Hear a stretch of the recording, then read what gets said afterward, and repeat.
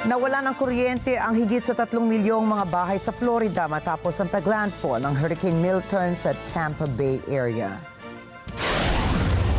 Batay sa huling ulat ng National Weather Service, humina si Milton kung saan mula Category 5 storm nang dumating ito sa Florida ay nag-downgrade ito bilang Category 1. Ayon sa lokal na ulat, nasa 125 kabahayan ang nasira matapos tangayin na malakas na hangin ni Milton. Patuloy namang inaalam ng lokal na pamahalaan ng Florida ang kabuuang bilang ng danyos at nasawi sa pagsaranta ng bagyo.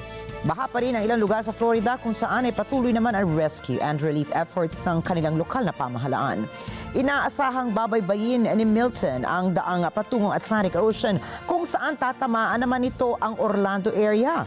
Halos 2 linggo na ang nakakalipas nang dumaan ang Hurricane Helene sa lugar kung saan pumatay naman ito ng hindi bababa sa 230 katao sa katimugang bahagi ng lugar.